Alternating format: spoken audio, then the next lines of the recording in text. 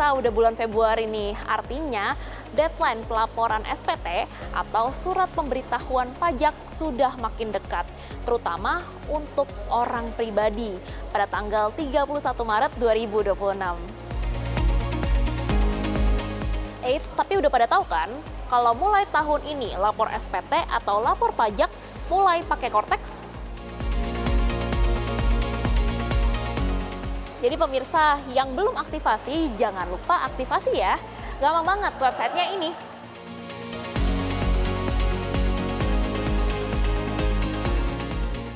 Nah, tapi pemirsa udah tahu belum sih cara pelaporan SPT? Nah, kalau kita bekerja di satu tempat aja sebenarnya gampang banget. Tinggal lampirkan bukti potong pajak dari perusahaan kita bekerja. Namun, kalau kita punya usaha dan kemudian penghasilannya melebihi dari batas penghasilan tidak kena pajak, maka itu juga harus dilaporkan loh. Atau kita merupakan wanita yang bekerja dan NPWP-nya bergabung sama suami. Itu bagaimana ya? Dan pemirsa, untuk mengetahui lebih lanjut terkait pelaporan SPT semacam ini, langsung aja yuk kita ngobrol bersama Direktur P2 Humas, Direktorat Jenderal Pajak Kementerian Keuangan, Ibu Inge Diana Rismawanti. Halo Ibu Inge, apa kabar Bu? Baik, selamat pagi. Selamat pagi. Iya, kamu sehat? Sehat tentu saja. Ibu gimana Bu? Oh, alhamdulillah sehat juga. Ibu, ini kan Ya, sebentar gimana? lagi pelaporan Betul. SPT. Nah, aku pengen bertanya-tanya soal pelaporan SPT ini, boleh ya Bu ya? Boleh. Gimana? Bu, ini kan ternyata ada berbagai kondisi khusus yang membuat ada penyesuaian dalam pelaporan SPT. Nah, pertanyaan pertama yang aku ingin tanyakan itu adalah kita mulai dari pribadi dulu kan Kak. Katanya ada pribadi, Ya, badan juga Ya, ya. betul, Jadi ya. jenis pelaporannya berbeda-beda. Kalau pribadi sendiri, kalau misalnya ternyata saya punya 2 pekerjaan Bu. Iya, Itu siap. bagaimana sih cara pelaporannya Bu? Oke. Sebetulnya untuk orang pribadi dia punya 1 pekerjaan atau 2 pekerjaan, cara lapornya sama. Hanya mungkin barangkali banyak terjadi selama ini para wajib pajak orang pribadi mendapatkan dirinya perhitungan pajaknya jadi berbeda nih. Ada yang jadi kurang bayar, ada yang jadi lebih bayar. Itu gitu ya gimana? katanya. Sebetulnya itu terjadi karena ada 2 pihak pemberi kerja yang melakukan pemotongan. Sehingga PTKP-nya mungkin tidak disesuaikan kan gitu. Sehingga pada saat digabungkan itu ada kemungkinan memang terjadi tadi kelebihan atau kekurangan bayarnya. Sebetulnya kalau dia hanya 1 pemberi kerja itu tidak ada masalah gitu. Atau sekarang ada lagi yang katanya 1 pemberi kerja bergabung dengan istri, gitu ada juga kan ya. Iya, betul. Nah, kalau istrinya hanya 1 pemberi kerja, sebenarnya jangan khawatir karena ada lampiran tersendiri untuk istri 1 pemberi kerja, tidak perlu digabungkan. Oke. Tetapi kalau istrinya juga ada pekerjaan lain, Dan misalnya suaminya pekerjaan juga bebas, misalnya, nah itu berarti dia harus nanti digabungkan dulu ininya penghasilannya. Gimana Gitu. cara penggabungannya Bu? Di situ di formulirnya ada. Oh, oke. Dia berarti memilih menjadi 1 kesatuan keluarga kan untuk melaporkan SPT-nya. Sebetulnya bisa seorang istri itu memilih untuk terpisah kalau misalnya ada pisah harta atau dia memang ingin melaporkan tersendiri. Tapi kami sangat menganjurkan karena yang namanya NPWP itu merupakan 1 kesatuan dalam suatu keluarga. Kita berharap hanya 1 NPWP berlaku di dalam 1 keluarga. Secara prinsip tidak ada perubahan antara Cortex dengan yang manual, bukan manual, di DJP online yang sebelum Cortex ini. Jadi harusnya masalahnya bukan di situ.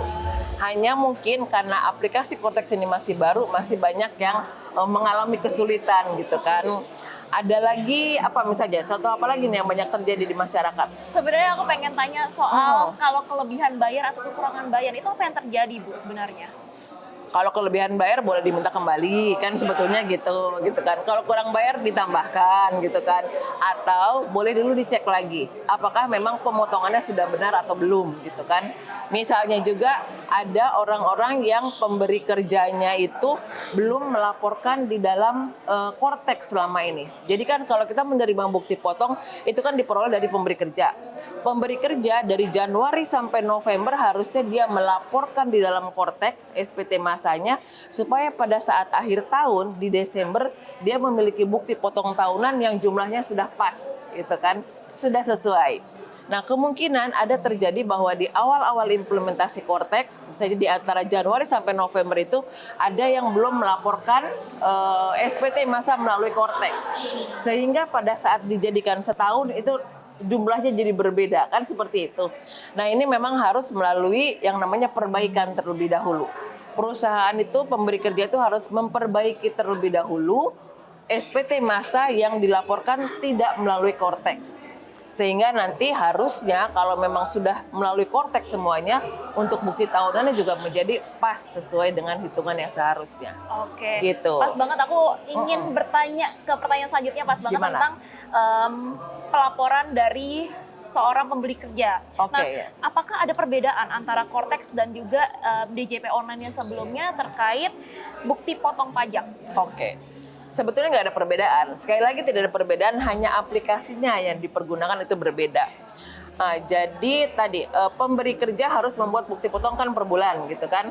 Nah, kalau misalnya selama ini tadi ada kendala yang saya sampaikan, pada saat awal implementasi Cortex ada kendala sehingga mereka tidak membuat pelaporan di Cortex, itu silakan kalau memang ingin kami dampingi. Karena itu harus diperbaiki dahulu tuh satu persatu. Jadi bisa gitu langsung call DJP aja. Boleh, call DJP boleh. Kalau lagi bingung call DJP aja.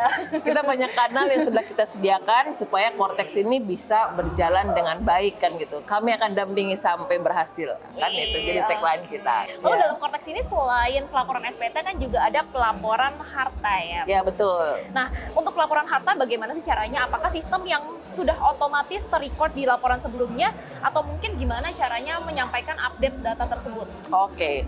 Jadi pelaporan harta juga bukan hal baru loh ya. Tahun sebelumnya juga ada di DJP online. Udah pada lapor harta belum? Nah, harus dong gitu. Harus dong lapor harta, lapor utang, berbagai macam jenis hartanya. Nah, harta ini yang kemarin sudah dilaporkan di SPT tahun sebelumnya itu akan terrekod juga di Cortex. Jadi langsung sinkronis ya? Langsung sinkronis ada di Cortex. Namun di Cortex ini ada kolom baru. Kalau kemarin kan harga perolehan saja, sekarang ada harga pasar atau harga wajar.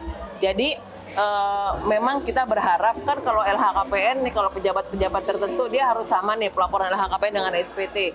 Di LHKPN itu adalah dengan nilai harga pasar atau harga wajar. Kita berusaha menyamakan hal tersebut. Tapi sebetulnya tidak berarti memaksa, Bu, saya punya saham, perusahaannya nggak TBK, jadi berapa dong harga wajarnya? Sebetulnya masalah harta berapa nilainya kami kembalikan kepada wajib pajak. Karena wajib pajaklah yang tahu berapa sebenarnya nilai harta mereka, ya kan? Termasuk hutang.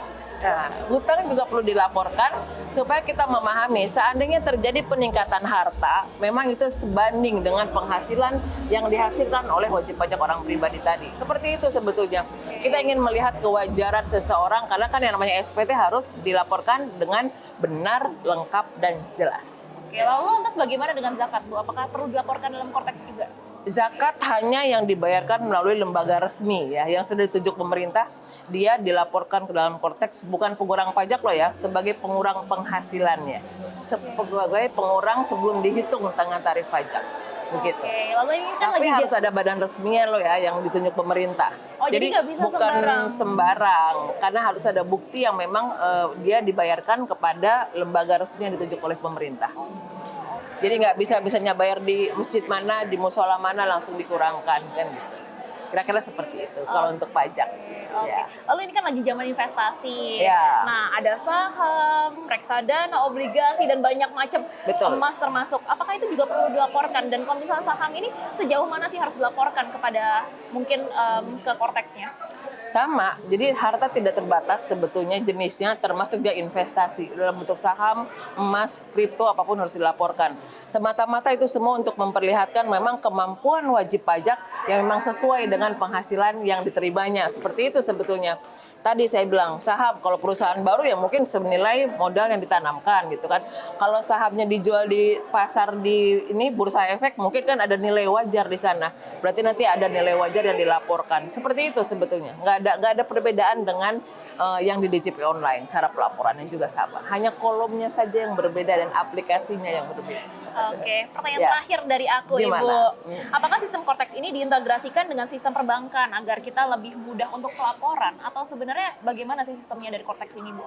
Kita berharap memang ada interoperabilitas antara perbankan dengan Direktorat Jenderal Pajak. Tapi kalau misalnya dia sudah berusaha membuat SPT sampai dengan ada kata-kata kurang bayar, misalnya gitu kan, kurang bayar nanti dia tinggal klik keluar ID billing gitu kan.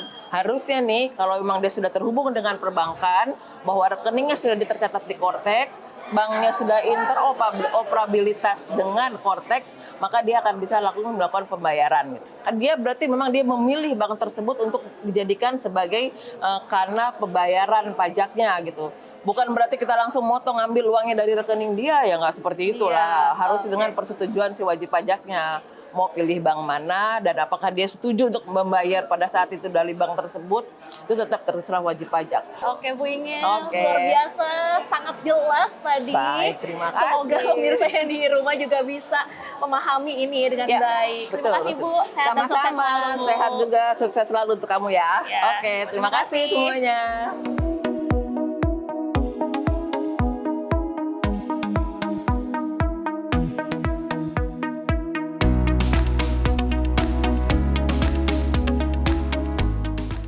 Dan pemirsa, sebagai informasi, Direktorat Jenderal Pajak juga melakukan kerjasama dengan para relawan untuk melakukan edukasi terkait perpajakan dan juga membantu masyarakat dalam pelaporan SPT tahunan.